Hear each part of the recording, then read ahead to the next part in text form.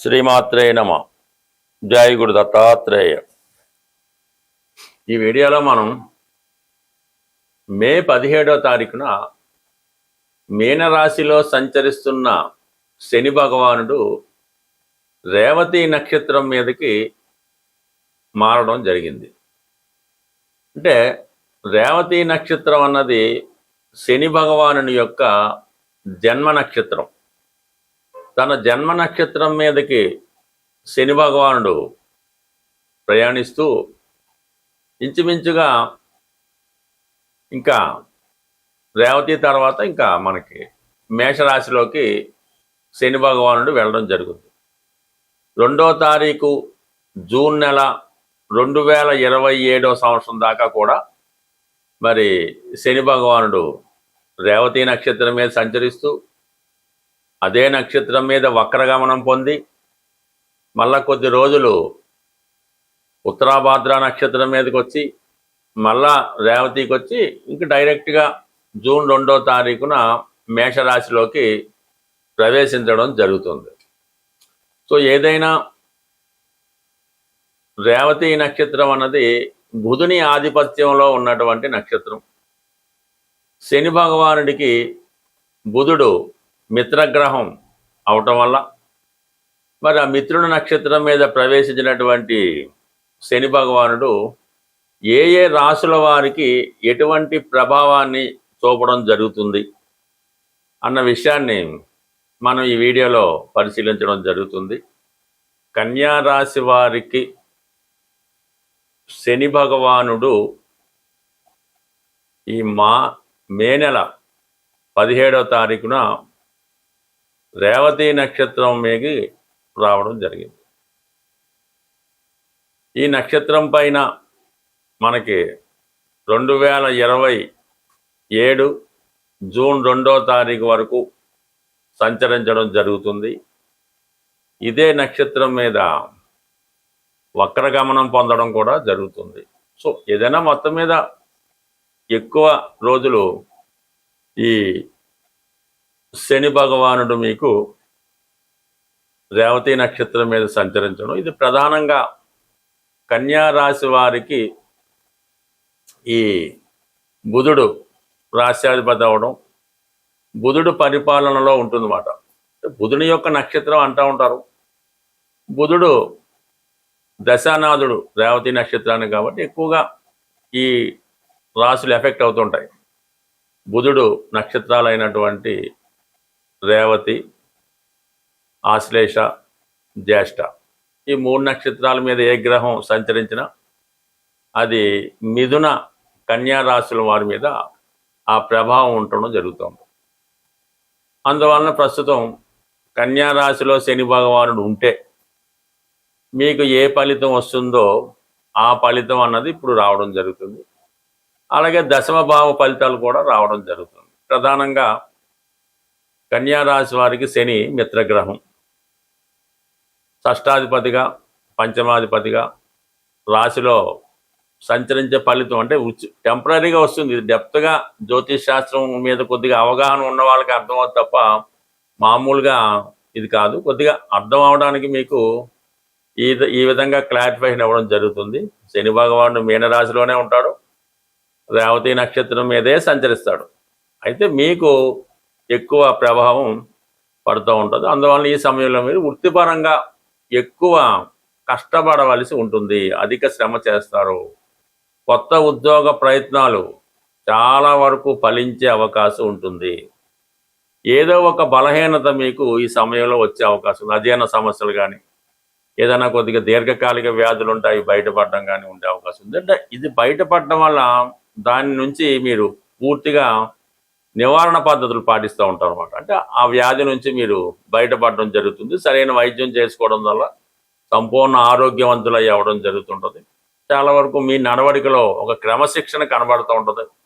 ఎప్పటి పనులు అప్పుడు పూర్తి చేసుకోవడం వల్ల చాలా ఉత్సాహంగా ఉండడం జరుగుతుంది. బట్ ఏదైనా క్రమశిక్షణతో ఉంటారు. సో మీ పనులు మీరు మాత్రమే చేసుకుంటారు. ఆ విధంగా చేసుకోవడం వల్ల కూడా శని మీకు మరింత ఉత్తమ ఫలితాలు ఇవ్వడం జరుగుతుంది. అలాగే దశమం మీకు మిథున రాశి కూడా బుధుని యొక్క రాశి అవ్వడం వల్ల ఉద్యోగపరంగా అదనపు శ్రమ పడవలసి ఉంటుంది. సడన్గా బాధ్యతలు పెరుగుతాయి. ఫర్ ది సేమ్ టైం కొత్త ఉద్యోగ ప్రయత్నాలు కూడా ఫలించే అవకాశం ఉన్నది ఈ రాశి వారికి. అయితే ఇంకా మీకు ప్రధానంగా ఈ జూలై 27 నుంచి, అంటే వచ్చే నెల జూలై 27 నుంచి అటు ఇటుగా డిసెంబర్ 11వ తారీఖు వరకు ఈ శని భగవానుడు వక్రించబోతున్నాడు. ఇది జీవితంలో మళ్ళా మీకు చాలా బెటర్ టైం అన్నమాట.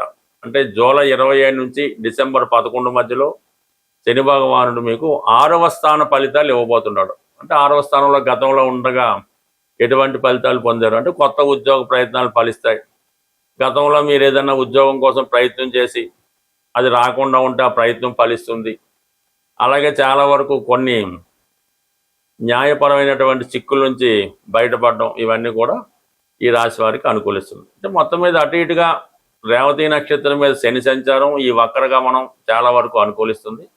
అయితే ఏంటంటే మీరు ఏదన్నా ఇంపార్టెంట్ కార్యక్రమాలు లాంటివి, ఉద్యోగ ప్రయత్నాలు లాంటివి జూన్ 2, 2027 జూన్ 2లోపు మాత్రమే మీకు శని అనుకూలంగా ఉంటాడు. దాటితే అంటే 2027 జూన్ 2 తర్వాత శని మీకు అష్టమ స్థానంలోకి ప్రవేశించడం, అది ఆ శని భగవానికి నీచ స్థితి అవ్వడం, చాలా ఇబ్బందులు ఈ రాశి వారికి ఆ సమయంలో ఎదురవుతాయి. అందుకని ముందుగానే ఇంపార్టెంట్ కార్యక్రమాలు, సెటిల్మెంట్ లాంటివి ఉంటే చేసుకుంటే మంచిది. ఏదైనా ఒకరి జీవితంలో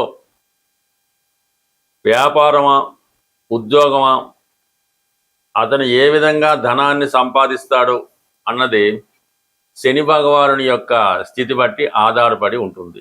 కర్మకారకుడు కాబట్టి మన కర్మని నిర్దేశించడం జరుగుతుంది. అలాగే ఆయుష్కారకుడుగా ఈ భూమి మీద జాతకుడు ఎంతవరకు ఈ శరీరంతో ఉండడం జరుగుతుంది అన్నది కూడా శని భగవానుడు నిర్ణయించడం జరుగుతుంది. అలాగే వివాహ సంబంధించిన విషయంలో వివాహం ఎంత అన్యోన్యంగా ఉంటుంది, ఏ విధంగా ఎన్ని సంవత్సరాల పాటు వారి వైవాహిక జీవితం సాగుతుంది అన్నది కూడా ఈ శని భగవాన్ని బట్టే రావడం జరుగుతుంది. ఏదైనా అతని అలవాట్లు, ఆలోచనలు, అతని యొక్క ధర్మ కార్యక్రమాలు, చెడు కార్యక్రమాలు, వ్యసనాలు, ఏదైనా శని భగవాన్ని బట్టి ఆధారపడి ఉంటుంది. జాతకుడిని అత్యంత హీనస్థితిలో చాలా విధంగా ఇబ్బందులు పెట్టడానికి, అంటే ఇంచుమించుగా మీకు అందరికీ తెలిసే ఉంటుంది, నలమహారాజు మహాచక్రవర్తి కూడా ఈవెన్ కట్టుకోవడానికి సరైన బట్ట లేకుండా ఇబ్బంది పడడం జరుగుతుంది. సో అలాగే వైభవాన్ని ఇస్తే ఎంత గొప్ప స్థాయికి తీసుకెళ్తాడో అది ఎవరు ఊహించలేనిది. సో ఈ విధంగా ఈ శని భగవానుడు రేవతి నక్షత్రం మీద ప్రయాణించున్న సందర్భంలో ప్రధానంగా ఉన్నటువంటి ఏ ఏ రాశుల వారికి ఏ విధంగా ఉంటుందో తెలుసుకుంటూ మరి ఈ పరిహారం, అంటే బుధుడు విద్యాకారకుడు, వ్యాపారకారకుడు, అందువలన వ్యాపార పరంగా కొద్దిగా ఆర్థిక మాంద్యం ఏర్పడడం కానీ, ప్రజల దగ్గర ధనం రొటేషన్ తగ్గడం కానీ, వ్యాపారాలు సజావుగా సాగకపోవడం, విద్యా సంస్థలు అంత సక్సెస్ఫుల్గా నడకపోవడం, విద్యార్థులు కూడా విద్య మీద పెద్ద శ్రద్ధ పెట్టకపోవడం, ఇవన్నీ కూడా అంటే బుధుని యొక్క కారకత్వాలన్నీ కూడా కొద్దిగా ఇబ్బంది పడుతూ ఉంటాయి. అంటే వాటిని లైన్లో పెట్టే, దారిలో పెట్టే ప్రయత్నం శని భగవాన్ చేస్తాడు కాబట్టి. బట్ ఏదైనా వ్యాపారస్తులకు మాత్రం ఇది కొంతవరకు గడ్డు కాలం అనే చెప్పచ్చు.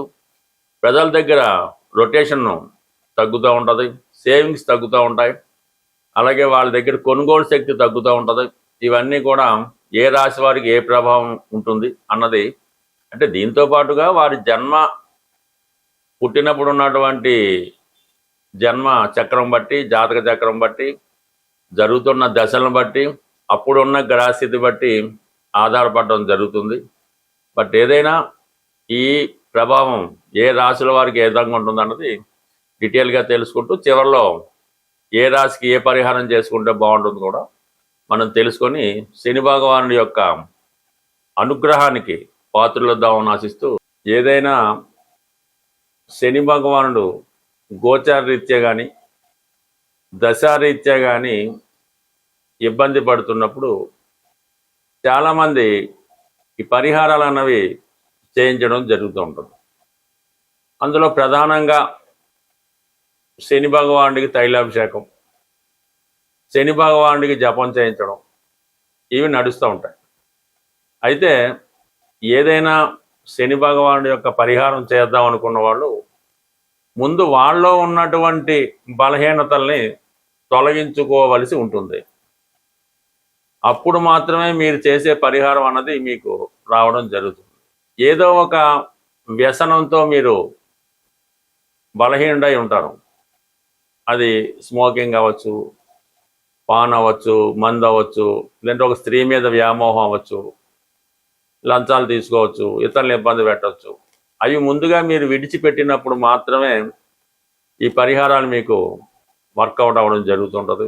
చాలా క్రమశిక్షణతో సూర్యోదయానికి ముందే లేచి, అలాగే కొన్ని నిమిషాల పాటు కొంత ఒక అరగంట 15 నిమిషాల వ్యాయామం చేసి, అలాగే సమయానికి అన్ని రకాల కాలకృత్యాలు తీర్చుకొని దైవారాధన చేసుకుని సూర్య నమస్కారం చేసుకొని, పెద్దవాళ్ళు ఎవరైనా ఉంటే మీ కుటుంబంలో మీ ఇంట్లో పెద్దవాళ్ళు ఎవరైనా ఉంటే వాళ్ళకి ఏదైనా ఒకసారి వాళ్ళని పలకరించి వాళ్ళకి ఏదైనా బిస్కెట్లు ఏం కావాలంటే అవి మందులు అవసరం ఉంది తెచ్చి పెట్టడం, వాళ్ళకి ఏదైనా ఆహారం టిఫిన్ కావాల్సి ఉంది పెట్టడం, ఈ విధంగా మీరు చేయడం వల్ల ప్రధానంగా ఈ మధ్యకాలంలో ఈ పని తొందరలో అదే అవ్వచ్చు, మీ ఇంట్లో వృద్ధులైన వాళ్ళు హెల్త్ ప్రాబ్లంతో మంచాన ఉన్నవాళ్ళు ఎవరైనా ఉంటే మీరు ఉదయం పూట ఒక కాఫీ అవ్వచ్చు, ఒక టిఫిన్ అవ్వచ్చు, వారికి పెట్టకుండా మీ చిన్నపిల్లలు కానీ యజమాని కానీ ఎవరైతే యాక్టివ్గా ఉంటారో వాళ్ళు తినడం అన్నది చేయకూడదు. ముందుగా మీరు ఈ రెమెడీ పరిశీలించండి. మీ ఇంట్లో ఎవరైతే వృద్ధులు బలహీనులు ఉన్నారో వాళ్ళకి ముందు ఆహారాన్ని పెట్టి తర్వాత మీరు స్వీకరించడం వల్ల డైరెక్ట్గా మీరు శని భగవానుడికి ఆహారం పెట్టినట్టు ఫలితం మీరు పొందడం జరుగుతుంది.